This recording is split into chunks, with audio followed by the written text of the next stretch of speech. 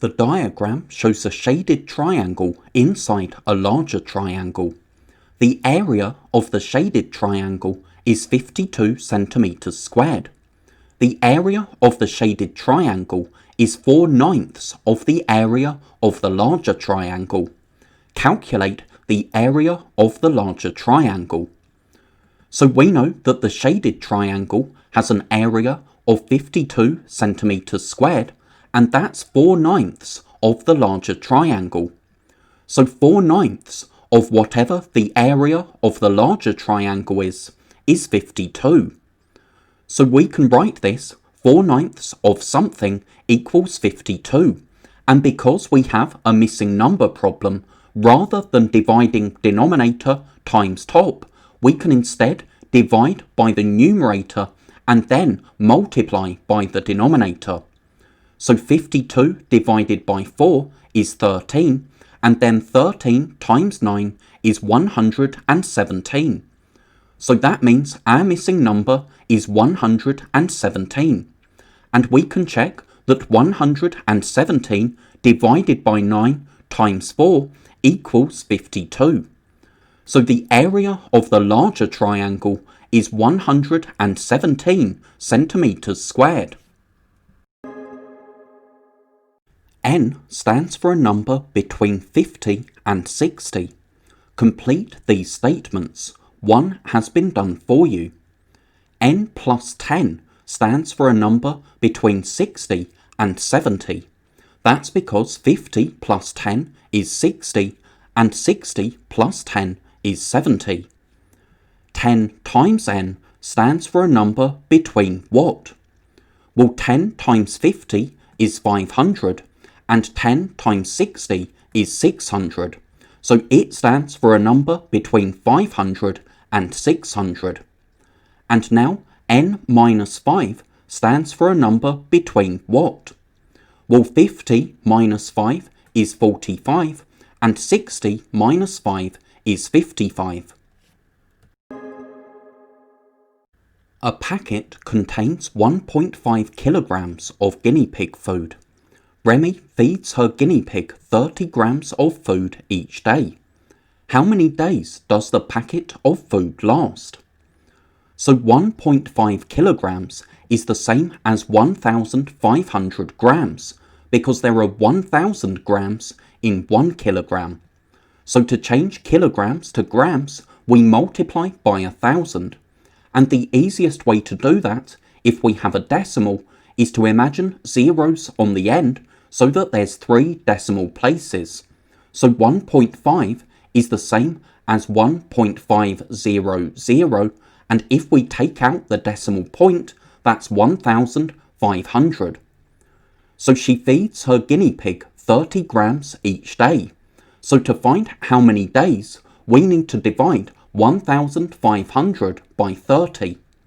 When we have n zeros in a division question, we can cancel them, and 150 divided by 3 is 50. So the packet lasts 50 days. The other way to do this is to count up in steps of 30 until we get to 1,500. So we know that 1 day is 30 grams. So to find 300 grams, 30 times 10 is 300, 1 times 10 is 10. So 10 days is the same as 300 grams. And then to get to 1,500, to get to the total that the packet contains, we need to multiply by 5, because 300 times 5 is 1,500, and 10 times 5 is 50, so again we get 50 days. Here are 3 equations. A plus B plus C equals 30, A plus B is 24, and B plus C is 14. What are the values of A, B and C? So the way to work this out is to look for equations where only one thing is different.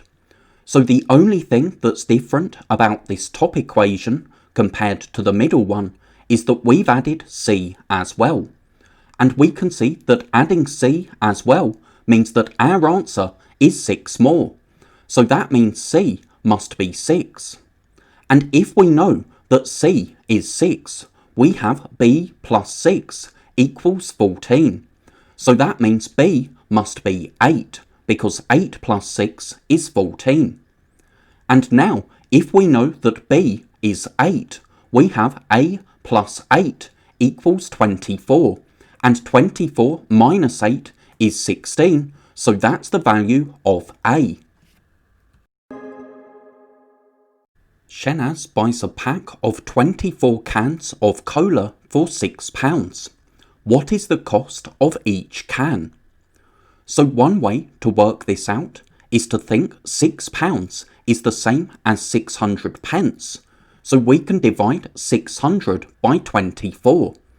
To do that, we need to work out the 24 times table, and then we can think 60 divided by 24 is what? Well, the closest number to 60 is 48, and because that's 2 times, we can write 2 in our answer line.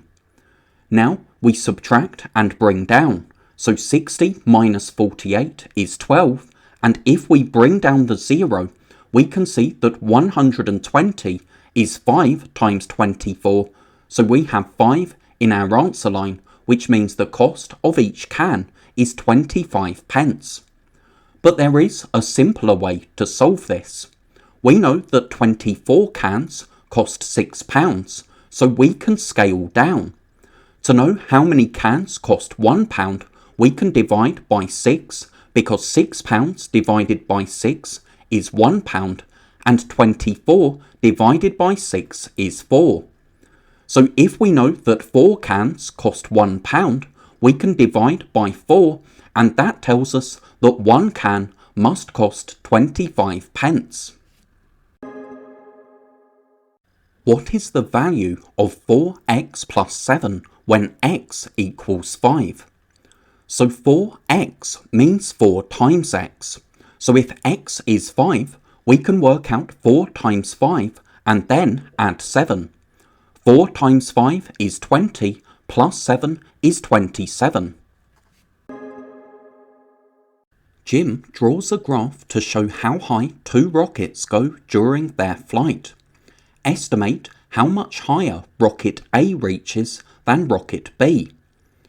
So the highest point for rocket A is this point here, and because that's right in the middle of 300 and 350, I would estimate that that's 325 meters. Now for rocket B, the highest point is here, so if we look across, we can see that that's between 150 and 200, so I would estimate 175 meters. Now we want to know how much higher, so we need to find the difference between 325 and 175. So if we subtract, that gives us 150 meters. Now estimate the time after the start when the 2 rockets are at the same height. So they'll be at the same height where the lines cross, so at this point here. And if we draw a line down, we can see that that's between 20 and 30 seconds. But it's closer to 30 than it is to 20, so I would estimate 27 seconds. Jim says the graph shows that rocket A was more than 200 meters above the ground for about 23 seconds. Explain how the graph shows this. So if we draw a line across from 200 meters, we can see that rocket A goes above 200 meters at this point here. So that's at about 3 seconds, because it's closer to 0 than it is to 10. And rocket A falls below 200 meters at this point here, and that's about 26 seconds, so slightly closer to 30 than it is to 20. So it reaches 200 meters at 3 seconds and falls below 200 meters at 26 seconds. So if we find the difference between 26 and 3, that's 23 seconds. Two companies sell toys online. They charge to deliver. Describe the delivery cost of the second company. The first company is done for you. So for this company here, the more a toy costs, the more the delivery costs. So if the cost of the toy is very cheap, we can go up and across and see that the delivery cost will be low. But if a toy is expensive, when we go up and across, we can see that the delivery cost is much higher. But now, for this company here, the delivery cost is £5, so the same, whatever the cost of the toy. So if the toy is cheap, we go up and we get £5, but if the toy is expensive, we go up and we still only get £5.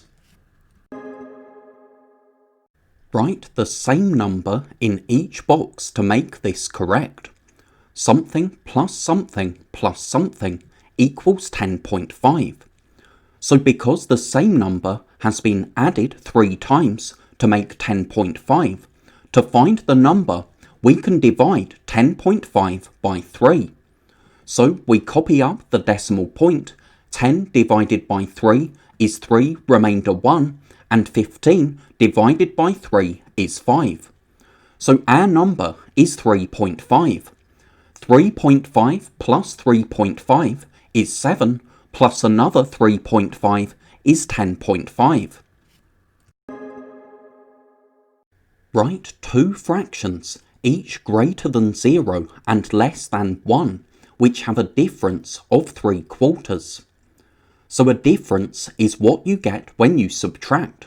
So one fraction has been subtracted from the other to give a difference of 3/4.